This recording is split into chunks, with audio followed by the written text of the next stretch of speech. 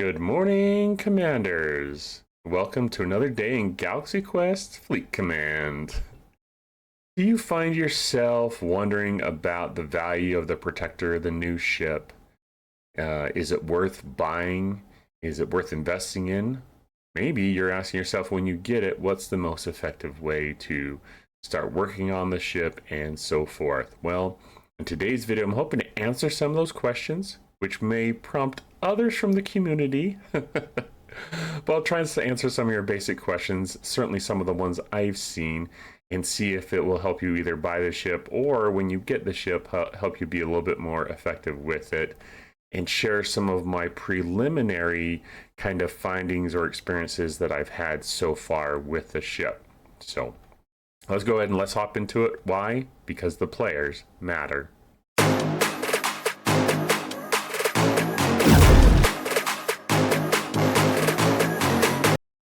All right, here we are in Star Trek Fleet Command, Galaxy Quest Fleet Command, whatever you want to call it. Let's start talking about the ship because that's what we're all here to do. And please don't forget to hit that subscribe button if you're new, or if you've been watching videos for a while and you haven't subscribed. Really does help out the channel. Hit the thumbs up and bell notification to be aware of future content. So let's hop into it. So here is the ship, the Protector. Great looking ship if you're a fan. If not, you'll have to let me know what you think of it in the game, how it looks to you. So looking at some of the benefits or the abilities, I should say, of the ship, we've got the Omega 13 device, which protects the target by rewinding time and allowing the ship to survive a battle intact. This does get better as you level the ship to make it more effective. So that is something I've used, and I haven't seen a lot of great value in it. But it's kind of nerve-wracking, to be honest, when you're out hitting hostiles and you know you're going to blow up and you're in the mirror universe. Kind of nerve-wracking because you know normally you'd lose your loot, right? So anyways, that's a kind of something you have to get used to, I guess. Abilities of the ship, you've got Quantum Flux, which does increase damage versus mirror universe hostiles. I see this as being a ship that's going to make it easier for you to hit in higher level systems, getting more loot should you choose to do that in the mirror universe, as well as with the new loop hitting hostiles or the new for the new loot for turn-ins. That helps as well. Trillium Chompers increases mining rate of raw trillium by at tier 2. This will go as you may or may not know. I think most people do, but if you don't know, if it's in green, that means it's going to go up as you level up the ship. So the mining rate is going to increase as you level the ship. So that's important. We have a chart to look at in a few minutes here where we'll talk about that, to kind of talk about how much that may impact your game. And I have already put the screenshot that was put together by that chart, or for that, I've already put the chart that thanks for the community for putting that together in my Discord. So I have it in the Protector channel as well as an infographics channel, so you can find it there. By the way, those on my Discord, if you're not in the Discord, feel free to join us. Trying to grow a community there. But if you are in my Discord and you see a chart like that in the community, feel free to throw it in the infographics channel, announcement channel, I think it is. Anyways, feel free to share it if you find it, and we can share it with everyone else there. So anyways, those are some of the benefits. Want to talk about a couple of things before we hop into that, look into that chart. Well, we're also going to look at the research today, so that hopefully will be helpful. But here, in this area here, is where you will want to be using your Protector. This is where you will go to hit the new hostiles in the mirror universe for the loot. That's where you're going to go to do that. There is a research here that, interesting enough, will save you time getting to sectors where you can actually mine the Trillium D with the new ship. So it will actually cut off your, or save you time. Goes from So there's not a lot of commute time going. You start in Alpha Centauri, go to Axanar, and then you're right up here to commute over there. So I think it's going to cut out a lot of time going through these systems here. So that's going to be good. That'll be a good benefit. Okay. What else? This is the area where you're using that ship. Like I said, when you are hitting hostiles, let's say you're doing your turn-ins for the let's see here. I'll pull this up here so everyone can see it. For the Fatu Cray scrap, where you're hitting the hostiles for the loot for the directives that you need for the solar armadas they've come out with. You don't necessarily need to use your ship for that. You can hit it with another warship. I use the Talios, and I went up to Bearbray here in Federation space. With my ops level, I should be able to go here, but I'm locked behind this warp path. So that's just me complaining in this video, I guess. But that's something I'm still working on. It looks like that this is unlocked by doing your kind of main storyline missions, these gold border missions right here. So I'm working on those. See if I can't unlock that for a little bit more efficient hitting there. You can actually also do these armadas up here. You don't need the protector to do those. These used to be, as I've mentioned in the last couple of videos, they started off day one of the arc as Klingon armadas, kind of as placeholders, but they're now solar armadas you launch with one ship. And I put out a video recently about crews to kind of talk about that. In the high level systems, they're hazard systems where you're taking damage, of course, so you want to get in and get out. Okay, so let's talk a little bit more about the value of the ship. Just want to cover those once again really quickly for you all. Let me pull up to talk about the mining rate, because I think that is important to discuss. All right, so here we've got the Protector mining rate chart. For me, it will depend upon your ops level. I'll talk about my experience, and then I will let you all look at this in the video. Let me see here. I'm going to turn off. See here. There we go. So we can see it. Okay. So the Protector mining rate chart here is a miner comparison, where it has per hour per 25 minutes. It will depend on the systems that you go to. If you go and do some mining, for example, I want to point this out for those who don't know, there are mines in systems like down here in Kronos where you can mine the Trillium D, but there are faster rates up in these systems. And I haven't checked these systems out, but I bet that these have fast nodes as well. I think up here, I'd have to double check that. But if you can, what you want to do is you want to do your mining in these upper level systems when you are getting there. So you'll have faster mining rate for that. So be aware of that when you do your mining. But it's putting per 25 minutes here. That's going to depend, I think, upon your ability to how quickly you can get to the node. So you might still think initially about warp range and a speed crew to get to the nodes quicker. The Protector does have a good impulse speed, so you should be able to get to the mines pretty quick. But when I look at this, when I hit hostiles, and I guess it's worth mentioning too that the mining is probably mostly going to be beneficial to you if you're in a server that I guess has a token space row. I was trying to think. We call it GA in my server, Gentleman's Agreement. What a great name for that. That was the name of our row, or that is the name of our row, so that's the first thing that comes to mind. But anyways, if you have a server that kind of doesn't hit in the mirror universe, if they do, you'll have to consider protected cargo or watching your miners, so that's something you'll have to consider. But it's interesting when we're talking about mining the Trillium D.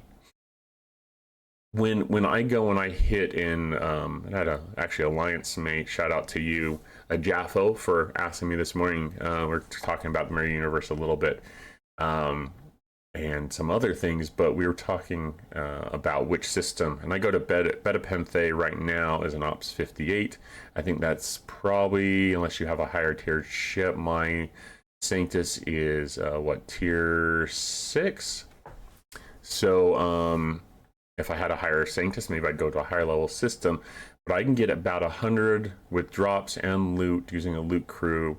I can get around 120, 130,000 and hit for most of the timer. When I look at this chart, I have to say, okay, at what level, and you'll have to do this yourself, at what tier of the ship is it going to become effective? It looks to me that tier 1 through 6 is probably the G4 area, and then the G5 is probably 7 through 12. I'd have to map that out officially with the mats. Don't remember off the top of my head. But the point here being that the mining research, the ship ability, I should say here for the mining, takes a big jump when you go from tier 6 to tier 7. And it looks to me that it's about that level for me personally, where I'd be able to mine the Trillium D 165k an hour at a decent rate, at a rate that's better than I can actually get by hitting the hostiles. So around 7 or 8 is going to be the sweet point for me as far as turning that up. And yes, I bought the ship, and yes, Scopely did not buy it for me. I'm not in that select group. Shout out to Rev and DJ and Scopely if you want to include me in that group so I can do more for my channel and more for the people that I'm trying to help. That would be fantastic. But anyways, that's kind of the sweet point. So this is a great chart that you can use to reference things as you are playing your game and as you're mapping out what you're doing with your ship. Okay, last thing I want to do, talking about the ship, maybe I should talk crews. I found initially, let me mention that real quick. I found initially what I tried doing a loot crew. So I just went full loot crew. I went something like this. Below deck, let's add Hugh. So what I did was I went with Hugh and then Paris below decks. I do like adding Torres for the hull breach, but since I don't have a mitigation officer in this setup, I do like to have Paris below decks. When I get up to tier 4 and get it to level 20, I'll probably add Torres, not just for the hull breach, but when hull breach is active, I'm getting damage, extra damage from artifacts. Plus, there's also favors, or there's a favor in the X-Borg tree that I found that as I worked on was pretty effective to help me out. Let me find it here. The repair one, emergency protocols. So, as I'm looking at this, I probably should work on the Explorer one now since I'll need that for this ship. But essentially, the beginning of each round, where there's a hull breach for interceptors, I max this one out. It's going to repair your ship, and here is when you have morale. So, just another reminder how important the below deck rare officers are for from the Voyager crew. So you've got like Neelix and Torres and Kim, especially for activating things like that repair stance. Okay, so good to focus on these when you get the NX01. If you don't have it yet, hopefully you're making some good progress. I think people have unlocked it through last month's event store, or they're close, or they're working on it, or they already have it. So as you're working on your ship, this is something you'll want to eventually work towards, where you can double or triple pull this, I think, daily. Well, every turn in, which is every 2 days, I should say. So anyway, just some extra information there to help you last a little bit longer. I did switch this up. Yes, and I got, I want to say, around 15,000 loot when I ran this crew. I then switched it up and did Janeway, the Doctor for mitigation, and then I think I have to go back and look. I'm pretty sure this is the setup that I did with putting the Doctors above deck. So I don't think it was Torres, so I'm pretty sure this is the crew I had here. I know it's the bridge crew I had for sure, where Janeway is going to help you take less damage with her captain's ability. So that is helpful, but still having 511 for extra loot, and I was able to hit basically for the whole time except like the last minute, I think, of my, and I'm at around 23, 24 minutes in the Mirror Universe now for my timer, which will just keep getting better and better as I keep working and as you keep working on the section whatever building. 50, what's the building called again? Sorry, so many things in this game. District. I want to say section 56. I knew that was wrong. District 56. Brain has too much information in it, and as I push more stuff in, more comes out the other end. So as you work on this building, you'll work on that timer as well. So anyways, that's probably the crew I'm going to use for a while until I can get my research up, and then it'll probably make sense to switch to a loot crew to do a little bit quicker. So that's my goal, and those are my thoughts. Once again, any of my comments here, please leave your comments below. Let's go ahead, and last thing I wanted to do was look at the research. A lot to cover in this video, but I'm hoping to give you as much information as possible with my thoughts and my strategies and so forth. I have found that even that this loot here, you need to get this Omega Mirror Dust, and so far it's coming super slow. I think the key for me initially is going to be unlocking this mirror space as well as this warp drive as much as possible. There's other great things here. I would say there's some good stuff here at the end, but I say a lot of the things that are going to help with your efficiency for it are going to be here in the beginning. So I'm going to work on these, and there's going to be obviously prerequisites. I think we'll probably see that with a lot of the Mirror Universe. For example, I want to do like some of this uncommon ship parts efficiency, but there's all these prerequisites I have to get through first. So anyways, we'll see how that goes, but I'm thinking warp range to get to those higher level Trillium D nodes for the mining is going to be essential initially, especially since this is coming so slow getting this mirror dust. Okay, so hopefully that gets better as it gets tiered up as well. I like this Omega 13 device to increase your hull health, so there'll be some strategies with that, I'm sure, to make your ship last longer, both within the Mirror Universe and potentially outside the Mirror Universe.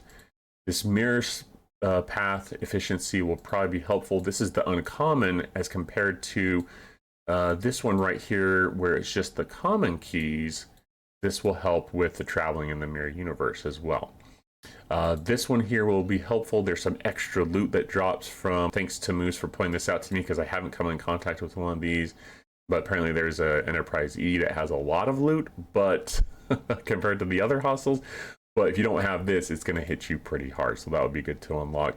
Like I said, this is that warp path to save you time. That will be good to focus on. 2, the raw Trillium gained when defeating mirror hostiles with the Protector. I think getting this ratcheted up will really help you with your time savings in the Mirror Universe, so that's something to focus on as well. It's not going to be my primary thing. I think initially I'm going to focus, like I said, on the warp range, but this is probably one of the major ones. I'll probably work on the quantum flux, and then the hostile loot will probably be my 2 main ones to work on. So that would be my recommendation to you all. So 1, 2, 3, mirror space unlock, the warp drive, and the mirror hostile loot, not in that order, of course. Working on the warp first. Said that multiple times, but I can't stress enough how important I feel that warp range is going to be. And then there's efficiencies that will be good to focus on as you work your way through this. Research materials efficiency, war room artifact district 56, research resources, rapid scrapping, weapon damage like kinetic and energy weapons. Those are interesting to me as well. Number of shots for the Protector can go, looks like it just has 1 level, but that would be helpful as well.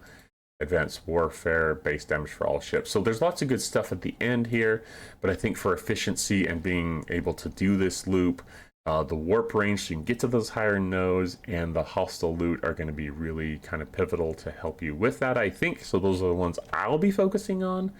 So I will kind of leave it up to you if you agree, disagree, or whatever. So that's my thoughts on the ship. I think it's going to take some time if you're doing it free to play, not just to unlock this ship, but to kind of get it tiered up. I think once you get it tiered up, it's going to be a fantastic ship. And I remember talking with people about, what was it, as we were going to last month's arc, I said, I bet they're going to release a ship that is going to help with the mirror universe, because we had it where I was thinking of a mining ship, actually. They might come out with something, but they've come out this month, so I was off by a month, but something to help, because it was the G6 players that could only mine, really. And so now they've come out the Protector, obviously made some money on it by selling the ship, and having that ability, so I was just off a little bit there, but it doesn't surprise me to come out with it. But now the bottleneck,